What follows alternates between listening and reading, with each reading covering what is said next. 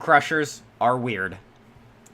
Decino, as usual, has given me consent to react to this video. If you've not seen the original, go to his channel, go give him your first view, because the man deserves it. The man's having a kid soon! And come back and we'll have this, we'll watch this together. We're not gonna have the kid together. Alright, boys. Here we go. Doom Crushers are weird.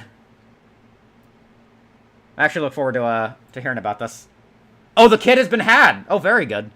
Everything in Doom hates you. Your former colleagues hate you. These farm animals hate you. Farm animals hate you. Lasagna-covered floors hate you. Hell, even walls will do anything to make your life miserable. Not just walls, even ceilings will often try to break your spine and kneecaps. Yes, we're going to talk about Crushers. They can function as a hazard, as well as a tool to help you kill enemies. Crushers are, to me, shrouded in mystery. They feel incredibly broken, and their damage output can be all over the place. The Doom wiki doesn't really... Uh-oh. Uh-oh! Uh-oh! Other one! Other one! The Doom wiki doesn't really provide much information about the exact damage outputs, tricks you can apply, and how broken they are functionally. Hey, that's why this channel exists. So, what I thought... Oh, cool, self-shout-out, by the way. I still need to buy that shirt. I think, or what I thought at least, was that a slow crusher on the way down, to the player at least, does 1,700 damage. That's what I thought. I don't know if that's true. Oh, it says right here, a slow crusher will inflict 940 points of damage. Well, never mind then. Hey, it's Dokai, just in time. It's time to fully explore Crushers, how they work, or perhaps even how they don't work. I thought it was 1,700, I guess I'm dumb.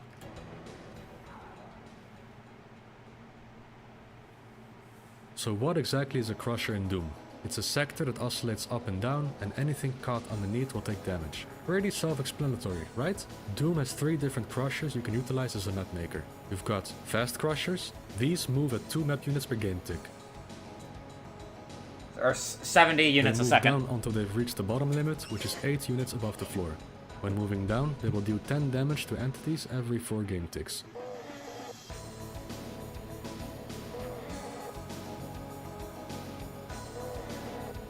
Fast Crushers will also emit a brown noise-like sound. In Vanilla Doom, you can only activate Fast Crushers through walkover triggers, both one-time use triggers and repeatable. Really? The second type is called a Slow Crusher. These move at 1 map unit per game tick. Or 35 a second. Their bottom limit is also set to 8 units above the floor. The damage is the same as Fast Crushers, dealing 10 damage every 4 ticks, but these are far deadlier because Slow Crushers will move down 8 times slower after trapping an entity. The speed will be restored to 1 map unit per game tick after it switches directions at the bottom limit. These also emit a brown noise-like sound. In Vanilla Doom, you can activate these through one-time use and repeatable walkover triggers, as well as a one-time use switch. Interesting. The third type is exactly the same as the Slow Crusher, with the only difference being the sound. The brown noise is gone, instead it will make a mechanical sound when switching directions. Oh yeah! Okay, I didn't realize that. Doom, you can only activate these through one-time use and walkover triggers. There's one more type which technically isn't considered a crusher, but still crushes. Confusing, I know. Well, it's a crusher in reverse. The floor raises rather than lowering the ceiling. These move at 1 map unit per game tick. There's a case in Memento Mori 1, map 12, I think it is. Yes, it's map 12. Where, like, there's a rapidly rising staircase that you activate through, I think, a switch. That you need to progress, but because the map is kind of flucky, you can kind of get stuck and die in there. And will stop at 8 units below the ceiling. The damage is the same at 10 damage every 4 game ticks. They emit a brown noise while moving, and a mechanical click when they reach the destination. These do not oscillate. Oh, it's like, yeah, it's, yeah, this right here, and also in, Hell Beneath, in the Baron Room. The fact that they do not oscillate is quite bad. It's actually shocking how these manage to get into the game at all. They are soft-locked magnets. Yes. If you've got enough health and armor, these will not kill you and permanently trap the player. Yep. Watch this. I did Soft lock. I did it on the, I did this exact one on the Xbox 360 version just for fun when I was a kid. Yep, here's the other one. Soft lock. Soft lock! Once a ceiling crusher is activated, it won't stop moving until the player crosses a special crusher stopping trigger. 2 types exist, one-time use and repeatable. Note that these will only stop ceiling crushers, so not the floor crusher. Ceiling crushes are pretty unique in the sense that once they start crushing, Oh, they that will looks not do sick. anything else. For example, here we've got a door with 3 switches. One switch will close the door, the second one will open the door. The third one turns the door into a crusher. Here What? we've placed a trigger to stop the crusher. He's probably gonna explain it in a second. So after that's done, will it turn back into a door? If you try to open or close the door with the first 2 switches, nothing will happen. Crushers have a special piece of code attached to see if it's in stasis. When that's the case, no other action is allowed ever again except for crusher related ones. Oh my god. So that... Okay, so I'm betting some really cool mapping wizardry is gonna happen now where, you have to pick the right time to turn the door into a crusher or something. Not even Wow. actions related to moving the floor will work. The entire sector will be locked into ceiling crush exclusivity. So how Wow. rare are crushers in Doom and Doom 2? The first crusher you encounter in Doom is in E2M2. Then we've got some in E2M4, E2M6, E3M4, E3M5, and E4M7. As for floor crushers, we've got one in E2M4, E3M6, E4M1, and E4M3. The one in E4M3 is the only switch activated floor crusher in both Doom and Doom 2. In Doom 2 it's not Wait. Wait. No, I didn't know that the thing in E4 and 3 does that. Wait a minute. E3M6, E4M1, and E4M3. The one in E4M3 is the only switch activated floor crusher in both Doom and Doom 2. In Doom 2 it's not map 6 where you encounter the first crusher, it's actually map 4. These windows use the third slow crusher variant that doesn't play the brown noise. This is the only instance in both Doom and Doom 2 that uses this crusher. As for the crusher in map 6, this one is also unique. It's the only switch activated ceiling crusher in Doom and Doom 2. Then there are some crushers in map 13, map 14, and map 19. Only one floor crusher appears in Doom 2, and it's in map 20. It's also the only repeatable walkover floor crusher in Doom and Doom 2. Alright, let's have a good Yeah, look at crushing interesting. damage. We've mentioned Alright. it being 10 damage every 4 game ticks, but it's a bit more complicated than that. Damage is done every 4 game ticks, but the game ticks are not bound to the crusher. It's a global level timer. Depending on the distance the crusher must travel and the game tick the crusher was activated, you can fit a variable amount of crusher damage ticks, so to speak. We can look at the crusher damage level. Yeah! Oh my god, it's like... Oh my fucking god, it's like snapshotting a dot in an MMO. Oh my god! It's like snapshotting a dot in an MMO, dude. That's exactly what it's like. Oh my god, because Final Fantasy XIV, I'm going to equate this to Final Fantasy XIV. That server tick is every 3 seconds. So most heal over time effects and most damage over time effects all operate on that timer. So when you apply it, it won't do damage until the next server tick, when all the dots will tick all at the same time. So if you apply the dot, 0.1 seconds after the server tick, or 0.1 seconds before it, it'll tick at the same time. So ultimately they kind of did away with awkward dot timings, so now they're always in multiples of 3, so that you always get the full duration. But for something with a dot that's like 25 seconds, it got a little awkward. So yeah, oh my god. So this is a case where actually crusher damage can vary. Because if they get stuck under the crusher, on game tick 1, they don't take damage till game tick 4. So that's, depending on how far it has to go, that's theoretically less damage they take than if they got stuck on game tick 4 or on game tick 3. It's really awkward, it's really minute, and it's something that likely will never matter, but that's just... it's just something fun, We've got 3 different crushers: fast, slow, and floor. These all have different speeds, so the amount of crusher damage ticks will be affected. Next, we must divide the crushed entities into groups based on their height to determine the maximum damage for each. In Group A, we've got entities with a height of 16 map units. Sorry John, we're doing this for science. For damages, we're checking 4 different game ticks. Game ticks where its remainders are 0, 1, 2 or 3 after performing the modulo operation. This is important because, as explained earlier, there are scenarios where more crusher damage ticks will fit in the crusher's travel distance and entity height. Crushing John with a fast crusher will deal 10 or 30 damage, depending on which game tick the crusher starts crushing. Slow crushers will either deal 140, 150 or 160 damage. We need to take into account, however, that a slow crusher could have already slowed down before crushing John. This can happen when a taller entity next to John gets crushed first. If that's the case, then the maximum damage will be 180. Floor crushes will do 20 or 40 damage. In Group B, we've got entities with a height of 42 map units. Only barrels here. Fast crushes will do 40, 50 or 60 damage. Slow crushes will do 660, 670 or 680 damage. A lot of damage. If the slow crusher was already slowed down, then it's 700 damage. Floor crushes will do 80, 90 or 100 damage. I'm aware that barrels only have 20 health. This is all theoretical damage. Group C is next, where we've got a large amount of entities, including the player. Their height is 56 map units. Fast crushes will do 60 or 80 damage. Slow crushes will do 940, 950 or 960 damage. If already slowed down, then it will do 980 damage. Yeah, not even a Megasphere will help you once you're fully trapped. Brutal stuff. The only way to survive a slow crusher is with an invuln. That is the only way to survive that. Floor crushes will do 120 or 140 damage.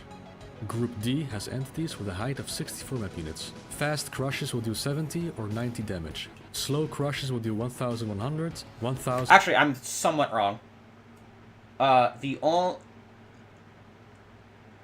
So, there are cases where you can be, like, on the very edge of a slow crusher, and you can eke out before you're actually stuck. So that's another way to kind of get out of that. But it has to be, like, I think, just as it hits you. If you're, like, dead center and you're caught, like, yeah, and you're not invulned, yeah, that's pretty much it, but... 110 or 1000. Oh, does he talk about that later? Okay. When already slowed down, that damage will be 1140. Floor crushes will do 140. No, it's fine, I jumped the gun because I'm speaking from experience. Or 160 damage. Group E only has Commander Keen, which has a height of 72 map units. Fast crushes will do 80 or 100 damage. Slow crushes will do 1260, 1270 Good lord! or 1280 damage. When already slowed down, it will do 1300 damage. Floor crushes will do 160 or 180 damage.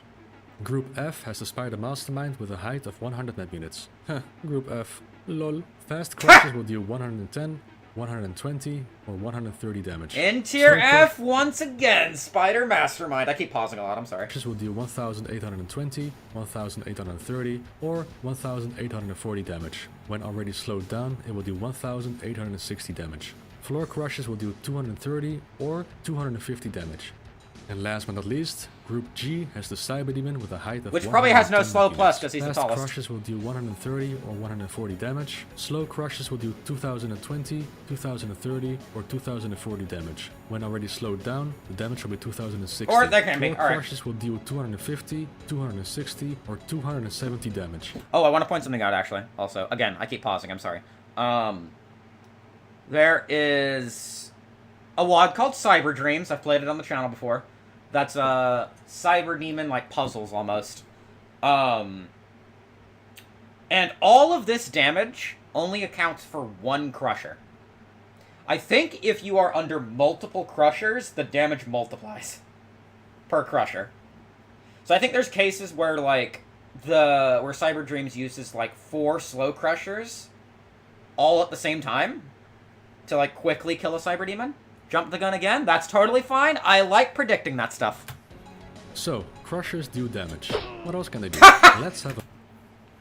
I wasn't ready for that. Can I have that back again? 270 damage. So, crushers do damage. What else can they do? Let's have a look at the code.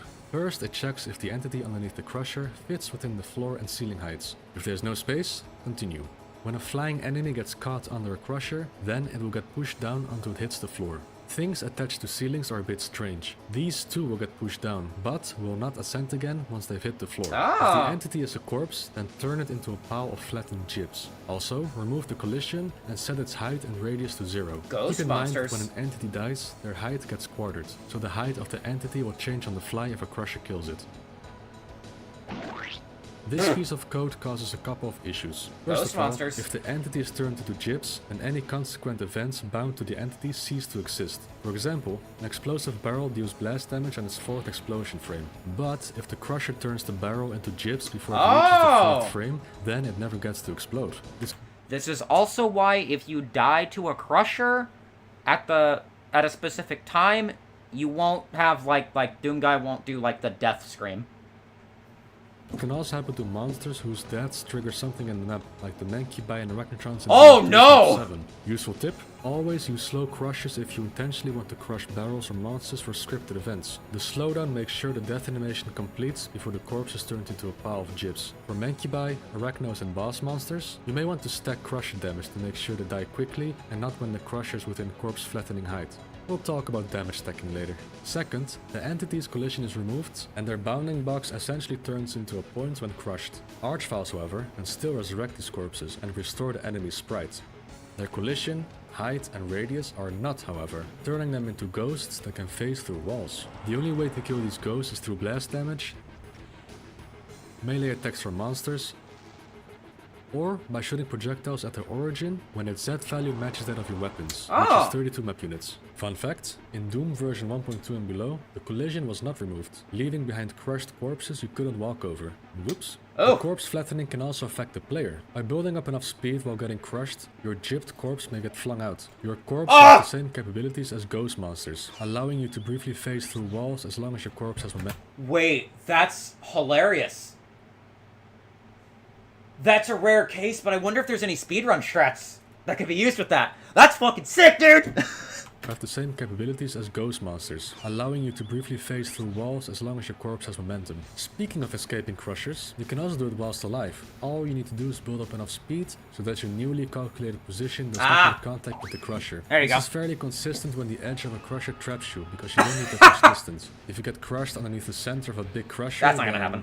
Well, say your prayers. Anyway, moving on. Items dropped by monsters will get removed when crushed. Those placed by the mapmaker will not, however. If the crushed entity cannot be damaged, like corpses and decoration, then don't bother dealing damage. If the global game tick is divisible by 4, then deal 10 damage. Also, spawn blood and make it spray all over the place. In Vanilla Doom, this spraying is broken though, and merely trickles down. It's broken because Vanilla Doom thinks the blood splatter is stuck inside another entity. Despite having no collision set, the game will still kill the blood splatter's momentum. Engines like Boom fix this collision check and have functioning blood spray.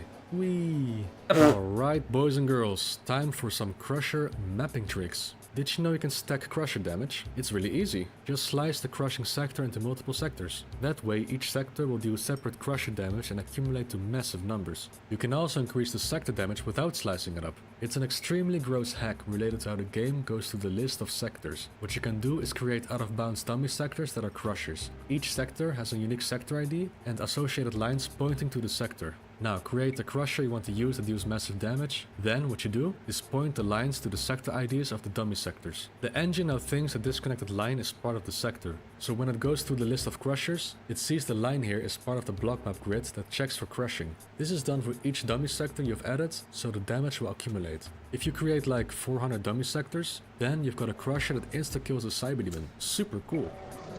What you can also do with dummy sectors is create I'm lost. I don't do mapping. Oh my god, that's a lot of stuff. Completely silent crushers. The sound of crushers is emitted from the center of the sector's range. If you create an out-of-bounds dummy sector, which has its lines pointed to the same sector ID as the crusher, then you expand its range and shift its sound origin away from the crusher so it's like that in is the middle visible of it. to the player. You can also make a crusher go wild. Oh Crushers god. will ascend again when they reach 8 map units above their floor height. You can break this by lowering the ceiling until there's less than 8 map units of space left. The crusher will alternate every tick between ceiling height to 8 map units above the floor height. What can you do with this? Nothing? It's funny. Are you a map maker and you're feeling malicious? Are you cooking up a shitposty map? Then try out this trick. In Doom, doors will seek the lowest neighboring sector and will use that to determine its top limit. If the neighboring sector is an active crusher, then the lowest ceiling height keeps changing. Oh, Make that's a funny. dummy sector with the crusher and an extension of the troll door and watch the player lose their mind. That's Alright, funny. that's all cool and stuff. We've checked different crusher types, how much damage they do, how things are affected when getting crushed, and some cool mapping tricks. Question is, how do crushers actually work? You know, how does the game know which areas are considered crushing and which entities are supposed to get crushed? It's actually not that complicated. The game knows which lines form the sector that is used to crush stuff. It calculates the grid of blocks that cover this sector. The grid uses the most extreme points of the sector. If the crusher sector is 32 map units within a neighboring block, then that block is part of the grid as well. In the center of this grid, a point is created where the sector's sounds emit from. In this case, it's the crusher's brown noise or mechanical click. clicks. When a crusher is activated, a thinker is created which makes the sector move up and down and also scans for entities to crush. Each time the thinker thinks, it checks all the blocks associated with the sector and checks which bounding boxes of entities overlap with the sector. Actually, let me correct myself. They don't have to overlap with the crushing sector. All it checks is if the entity in the block is in a sector it cannot fit in. If you create a sector which is too low for, let's say, a Baron, and inside the same block you place a crusher, then the Baron will take crusher damage despite being far away from the crushing ceiling. We mentioned crushing sectors that are 32 map units within a neighboring block. We'll include that block in its grid as well. We can create an even bigger distance between the crusher and the thing getting crushed like this. I don't do mapping, I have no idea. Let's get even crazier. Let's create an out-of-bounds dummy crusher to create a huge block map grid. Then in the center we place a Baron who will be slightly stuck inside the ceiling. The crusher will go through all the blocks in the grid looking for things to crush. Finds a Baron here who cannot fit in this sector and thinks it should be crushed. This way it looks like the Baron is taking damage from nothing. Is that all? Is it? Okay, if I understand this correctly, I don't map, I'm dumb. Let's just clarify. So there's like the sector that's like the actual crusher. There's a dummy sector out of bounds that isn't a crusher, but the game thinks it's a crusher. So it just checks for anything that's stuck. And if it's stuck, then it deals crusher damage. Is that basically it? Okay. Okay, then I do understand it. I'm just kind of dumb. We can use this weird block map oddity to stack damage as well. Let's place a fast crusher here, and around it 4 slow crushers. All 32 map units within the central block to include them in the blocks to check. Notice how the slow crushers will slow down as if they trapped something? Very interesting indeed. By the way, all the damage values we went through can be thrown out of the window with this block map oddity. If the hidden crushers you use travel an absurdly long distance, then it will do damage for a very long period of time. Oh! Yeah, because it's already stuck, so it doesn't care how far down the crusher is, I guess. It just cares that it's already stuck. Crushes seem pretty simple, but as you can see, there's lots of jank and tricks involved. Hopefully this video was educational and taught you some new crusher techniques you can apply in your Doom maps. I would like to thank you, the viewer, for sticking around until the end, patrons and YouTube members for the support, and a shout out to the following patrons because they're all sexy smexy as hell. 19 Day, Agonizing Oral Pain, Agonizing I forgot about the Rectal names. Pain, Andri Dicklin, aka Mac Hauser, Anthony Sicko, Art Cox, Hey, it's Art Beats Cox! Nicky Koom, Ben of Langley, Big Gulps, Bitcore, Bofu, Bundestorm, Choose Your Fights, The Florida Man! Florida Man, Green Knights 9000, I'd buy that for $1. I don't fucking know. John Hopper, Joseph Shantz, Katsune Teku, Kiryu Gorobets, Master Biggie, Matthias Sippert, Max Payne 67, Old Man Han, Pete Peterse, Pyro Shi, Quake Gamer 632, Raven King, Riley, Robert Wakely, Sean Anana, Space Duck, I think my name's called by, but I didn't Steak say. Jacobs, Stephen Bone, Teko Kami, Thomas, Timothy Collar, Turbine 2K5, Victor Reek, Watch Space Dandy, and Who's Ace. Have a good day. See you in the next one. Bye, Decino! That was good, I like that. Well done, Decino. Well done, friend. That was a cool little video. That was one of my that's one of my favorite analysis videos, I think, in quite a while. Like, they're all great, but this one, like, especially, like, tops it. Alright, let me make the